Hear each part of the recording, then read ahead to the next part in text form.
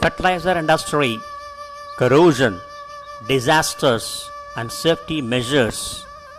Lecture by Dr.G.Subramanian, Chief Scientist retired, CSIR, Central Electrochemical Research Institute. Corrosion in fertilizer industry. Corrosion is one of the major problems in fertilizer plants due to the presence of a wide spectrum of corrosives as raw materials like natural gas, naphtha, fuel oil, coal, rock phosphate, sulfur, sulfuric acid, nitric acid, phosphoric acid, etc. Due to wide variety of raw materials, corrosive materials and corrosive atmosphere prevailing at various stages of productions, the fertilizer industry is losing crores of rupees due to corrosion and its control. Thus, the industry runs high risk of encountering unforeseen downtimes due to damage caused by corrosion and result in heavy losses to the fertilizer manufacturers. The images below gives the view of the extensive damage caused by corrosion to the installations of the fertilizer industries, bowls, inside pipelines, and there is a crater like pits or crevices on the tanks, etc. etc. etc. What type of corrosion occur in fertilizer industry? Keeping in view the basis urea manufacturing. First one is active corrosion is one of the most common forms of corrosion that can be prevented by exposing stainless steel to carbamate solutions and passivated by design amount of oxygen. Otherwise, stainless steel suffers severe thinning, thus reducing longevity of the equipment. The next type of corrosion is erosion corrosion. Another type of corrosion is intergranular corrosion, shortly called IGC, is due to oxidizing action of oxygen containing urea carbamate solution, a low ammonia carbon dioxide ratio, and segregation of impurities in sensitized stainless steel. The next one is any chloride ingress in the shell side of the stripper, otherwise carbamate condenser, will initiate stress corrosion cracking, shortly called SCC, on austenitic stainless steel tubes, whereas duplex stainless steel material resists such corrosion cracking. The another type of corrosion is galvanic corrosion that occurs in intercooler and aftercooler of carbon dioxide gas cleaning circuit, which in some cases have resulted in shutdown of the plant within 6 months. How corrosion occur in fertilizer industry? Mainly by acid attacks, phosphoric acid, nitrophosphoric acid, nitric acid, and others are potassium and chlorine deposits, microbially induced corrosion, urea ammonium nitrate, and aqueous amine solutions. Corrosion occurs disaster in fertilizer industry. The images below from left to right gives a view about the enormousness of the corrosion damage. First one gives you the March 2000 in Ohio, USA, a tank leak. Next one is quickly resulted in complete tank collapse. The final one is right side is and a river of fertilizer flowed through main street. The following 2 slides explains the severity of the damage, corrosion damage caused in this fertilizer industry. 1st August 2000 in Ohio, a 1 million gallon tank of liquid fertilizer ruptured and damaged 4 adjacent tanks. The wave of liquid broke a concrete dike wall and hit 5 tractor trailer rigs, pushing 2 of the rigs into the river. A total of 9.9 lakh gallons of material were released. More than 8 lakh gallons of liquid spilled into the Ohio River. Sampling detected amounts of fertilizer mixture 100 miles downstream, which is expected to increase algae growth in the river. The company has discontinued use of 7 other tanks purchased from the same manufacturer. Again, on 3rd August in Ohio, at the same facility, a 1.5 million gallon tank of ammonium phosphate ruptured and damaged 3 nearby tanks, causing them to leak. 2 of the damaged tanks held phosphoric acid, the third one held ice melt, a magnesium chloride mixture. The released liquid overflowed the dike walls into nearby creeks. The 4 tanks were dismantled after the incident. Over 1.8 million gallons of contaminant were recovered, with an additional 4,50,000 gallons of contaminated water recovered from the sewer system. The release caused evacuation of nearby school, and the public was forced to use bottled water because of concern that drinking water supply may be contaminated by the spilled chemicals. Recommendations: fertilizer manufacturers should develop methodology to maintain and optimize inspection programs for high corrosion risk to fertilizer plant equipment.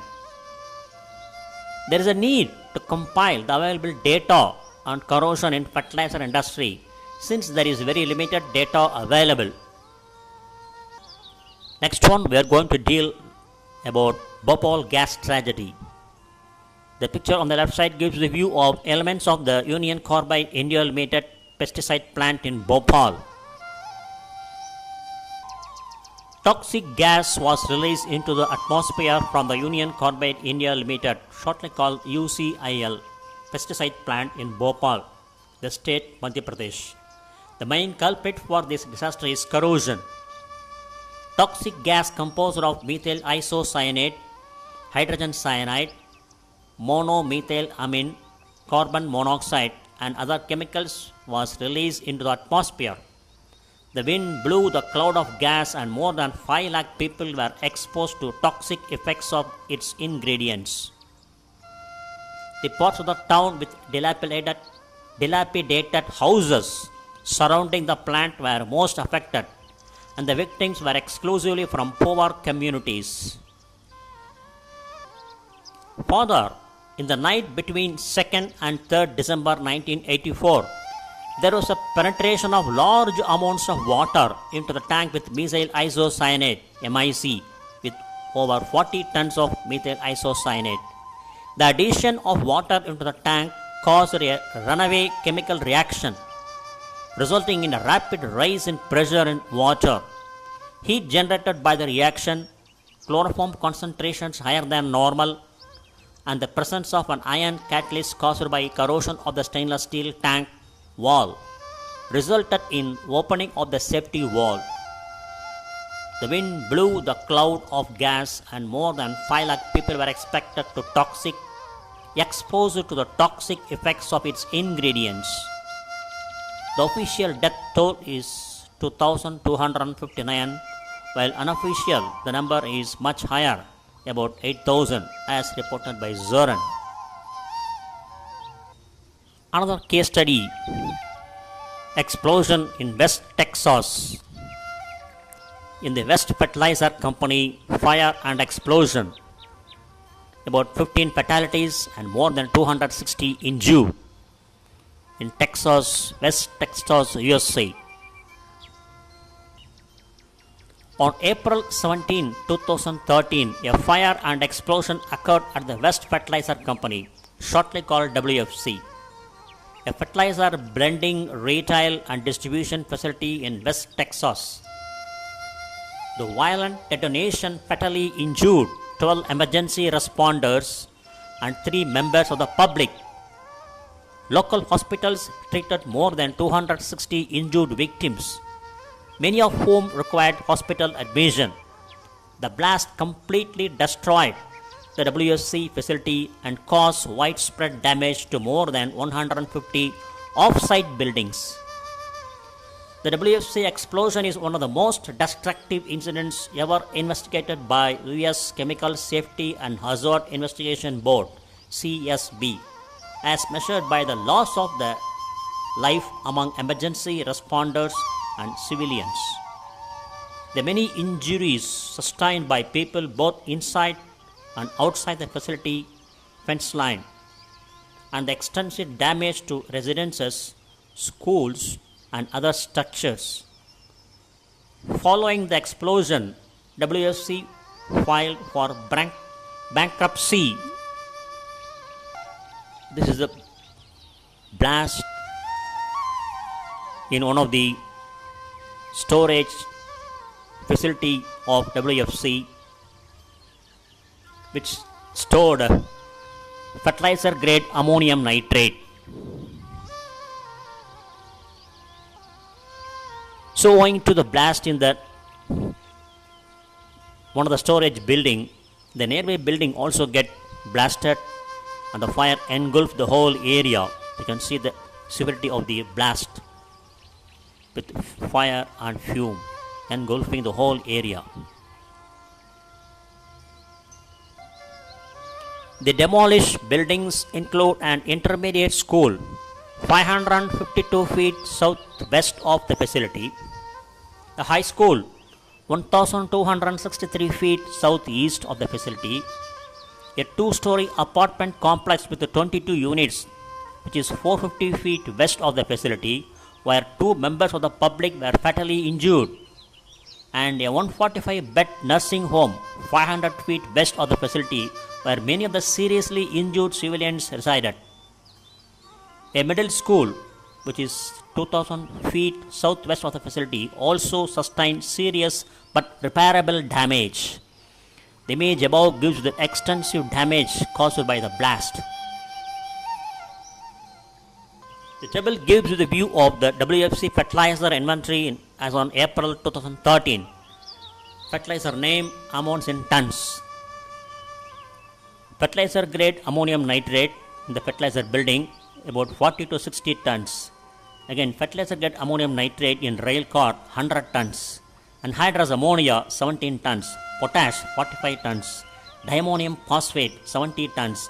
Diammonium phosphate and potash 25 tons. Ammonium sulfate 60 to 70 tons. Zinc sulfate 17.5 tons. This circular graphical representation gives the view of ammonium nitrate storage facility by the WFC industry.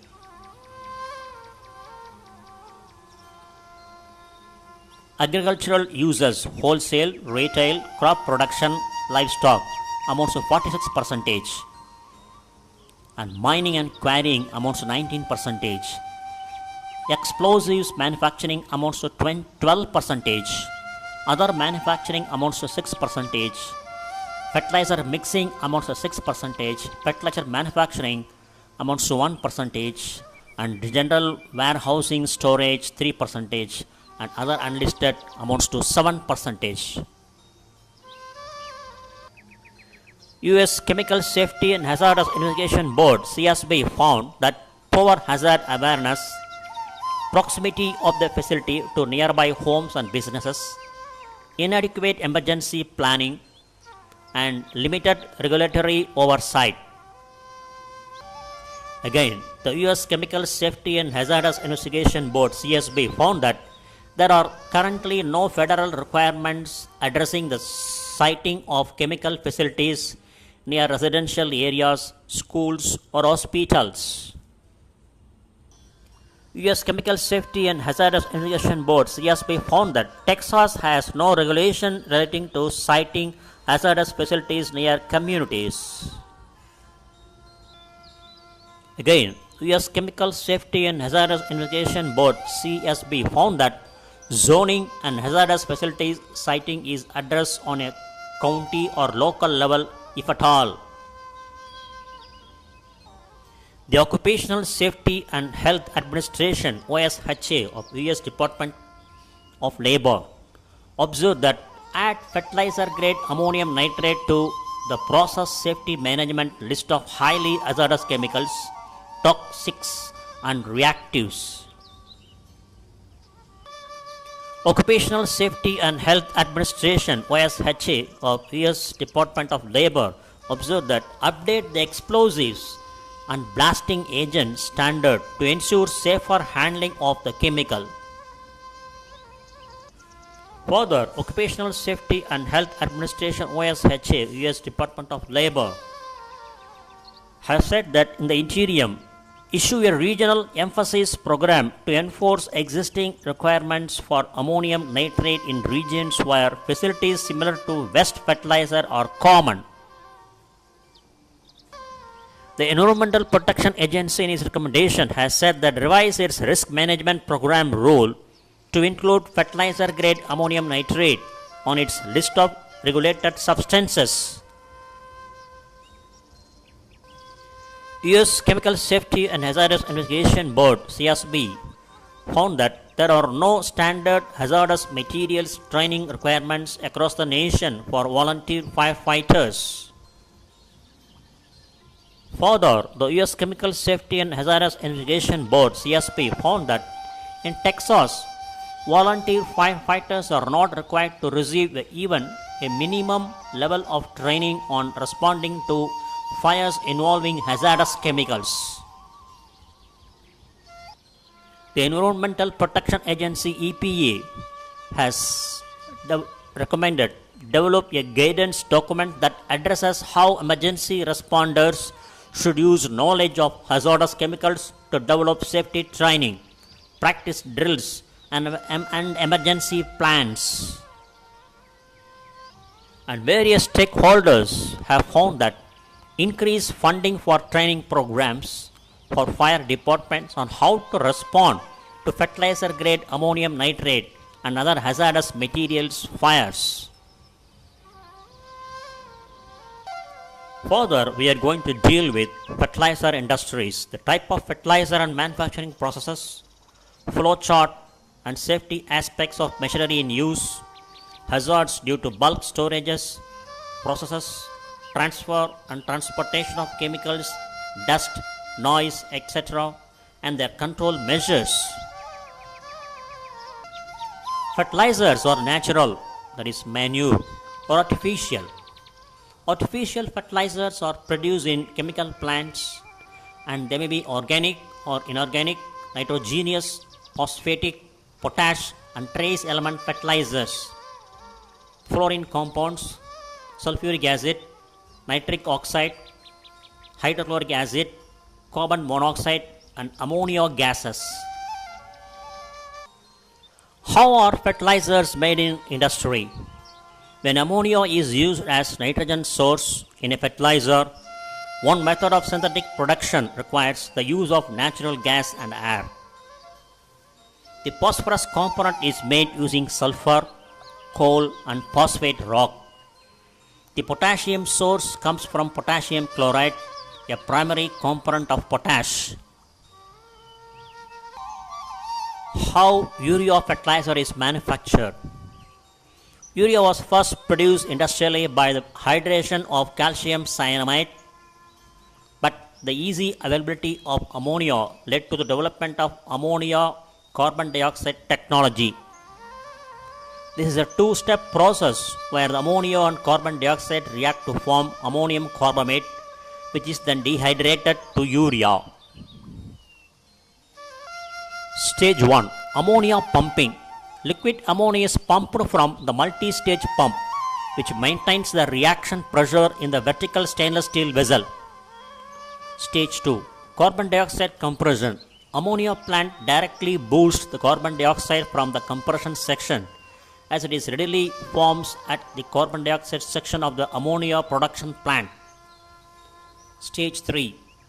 Urea synthesis tower. It is lined with a film of oxides to protect from corrosion. Catalyst bed is placed on the inner side of the autoclave structure, and 180 to 200 atmosphere pressure at a temperature about 180 to 200 degrees centigrade is maintained. Plug flow operation takes place and molten urea is removed from the top of the tower. Stage 4. Distillation tower and flash drum. This high pressure slurry is flashed to pressure and distilled to remove excess ammonia, and decomposed ammonia carbonate salts are removed and recycled. Stage 5, vacuum evaporator. The solution is fed to vacuum evaporator for concentrating the slurry. Stage 6, prilling tower. It is dryer where the molten slurry is passed from the top of the tower into a bucket which rotates and sprinkles the slurry, and air is passed from the bottom. All the moisture is removed as the urea forms into granules during its journey to the bottom of the tower. These granules are sent by conveyor to the bagging section. So the picture, the image on the left side gives the view of the urea granules, white colored urea granules, which are used for fertilizing the plants, paddy fields, etc. The fertilizer industry deals with some chemicals which are hazardous and injurious to health if proper precautions are not taken. The hazardous chemicals are handled and transported in a closed system, thereby minimizing the exposure of an individual. However, the following are the sources of health hazard in any fertilizer industry. Chemical which is handled, stored and transported by fertilizer industry are ammonia, urea dust, oxides of sulfur and nitrogen, other chemicals, particular matter other than urea dust. The feedstock for the production of nitrogenous fertilizer is natural gas, naphtha, fuel oil and coal. Ammonia is an intermediate product in the production of urea. Characteristics of ammonia and its effect on personnel. 1. The pungent odor. The pungent odor of the ammonia gives advance warning when released to atmosphere. Concentration as low as 5 to 10 ppm can be perceived by some persons. The ammonia vapor is lighter than air and will move up and dissipate. It is extremely hard to ignite, and under normal conditions it is a very stable compound. Flammable limits at atmospheric pressure are 16% to 25% by volume in the air. Ammonia is highly soluble in water. Protective measures. Various protective measures taken against effect of liquid and vapor ammonia on personnel working in the plant are illustrated below in the forthcoming slides. First and foremost one is eye protection. Goggles are worn while working in the areas where leak may occur from pump glands, seals, etc. Image on the right side gives the view of goggles for eye protection. Head protection. Hard hats or helmet are worn even though there is no danger from falling objects. They will offer protection from liquid splash if any. Image on the right side gives the view of helmet, hard hats. The third one is food protection. PVC or rubber boots give complete food protection against liquid ammonia. The images on the right side gives the view of the rubber or PVC boots.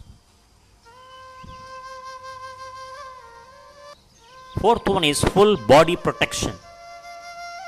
Depending upon the degree of hazard and nature of exposure, PVC combination suit comprising of full sleeve coat, trousers, hood gives complete body protection. Image on the right side gives the view of real PVC suit with hood, safe with food.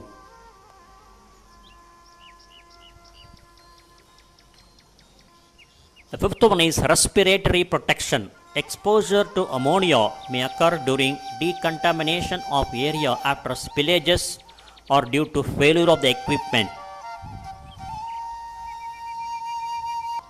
The image on the right side gives the view of ammonia mask. These masks give protection up to 3% ammonia concentration in the environment. These are not suitable in oxygen deficient atmosphere. The gas masks have been provided in all control rooms and other storage areas.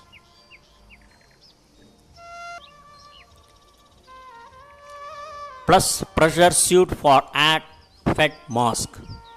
These masks are connected with plant air supply line and keep the wearer under positive air pressure. The air supply should be free from oil or water vapors. However, the mobility of the wearer is restricted because of limited length of airline hose. Image on the right side gives the view of plus pressure suit for air-fed mask. The next one is self-contained breathing apparatus. Image on the right side gives the view of the self-contained breathing apparatus. The set allows the wearer to carry a supply of normal air cylinder on his back and does not restrict his mobility. However, the limitation is imposed by the air cylinder, which is to be replaced after every half an hour. Next one is first aid. After severe exposure to ammonia gas or liquid, it is important to move the victim from the contaminated area promptly. Speed is important. Image on the right side gives the view of the first aid kit. So, what are the precautions to be taken when contact with the skin? Flushing with the large quantities of water should be continued for at least 15 minutes. Contaminated clothing should be removed.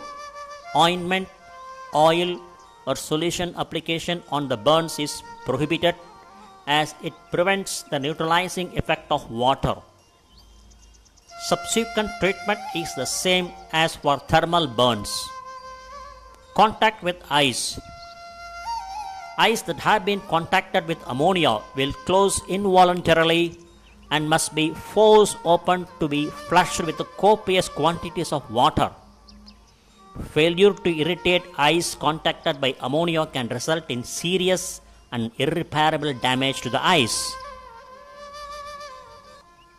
So when the ammonia is taken internally, swallowing, the victim is to be given plenty of water if the patient is conscious. Do not induce vomiting if the patient is in shock, extreme pain or unconscious. If vomiting begins, keep the patient's face downwards, head lower than the hips, as this prevents vomiting entering the lungs and causing further injury. Inhalation. Exposed persons should be removed to fresh air immediately. No treatment is required for low concentration except this. Severe exposure to high concentrations requires oxygen administration by authorized persons or a doctor. If respiration has stopped, apply an effective method of artificial respiration. The patient should be kept comfortable warm and get him to a physician. Remember, the right aid is the best aid. The wrong aid can do more harm than good. Urea dust. Besides ammonia, urea dust is another health hazard. Dust extraction systems are installed at bagging and material handling unit to keep the operating and surrounding areas free of urea dust. Further improvement of the environment, a prill cooler unit is being installed so that prills at a lower temperature can be transferred, resulting in a further curtailment of urea dust. The dust extracted is recycled back into the systems after dilution. The concentration of urea dust measured at various places is less than 200 mg per Newton meter only. It is 200 mg per normal cubic meter, milligram per nm NM3, NM3 only. Oxides of sulfur and nitrogen. In order to improve the quality of air and thereby reducing the health hazard of the people working around the plant, boiler stack emission are brought down well below the limits set by Pollution Control Board. The firing media for boiler is changed over from fuel oil to efficient boiler operation, resulted in the reduction of airborne contaminants. The concentration of sulfur dioxide and oxides of nitrogen is only 13 ppm and 0.02 ppm as against permissible limits of 100 ppm and 50 ppm respectively. Other chemicals handled by fertilizer unit are hydrochloric acid, sulfuric acid for maintaining quality of boiler feed water, effluent water. Monthly requirement is given to the supplier and supplies are made in such a way that minimum inventories are maintained. This planning has eliminated the possibility of maintaining high levels of inventory of hazardous chemicals. Pressure unloading of hydrochloric and sulfuric acids tankers is strictly prohibited. A sample from the tanker is taken, analyzed, and then only unloading operations are carried out. This procedure is strictly followed so as to eliminate accidental unloading of another product into hydrochloric acid tanks. Unloading is done by pump installed at site. Scrubbers have been provided for fumes coming out from the vent and breather lines. Safety shower and eye wash fountains are provided nearby so as to flush the affected area in case of accidental contact with the acid. Particulate matter other than urea dust.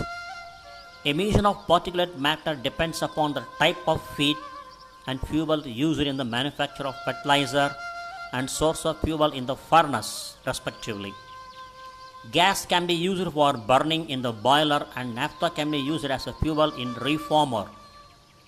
The complete system is fully controlled. No particulate emission from boiler as well as reformer chimney. Such a control has enabled around 89% boiler efficiency. The good housing measures and the greenery gardening maintained inside the plant has further helped in maintaining the particulate matter level within the limits fixed by State Pollution Control Board.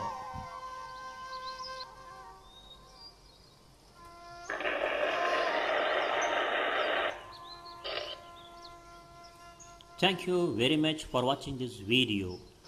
Thanks for your patience.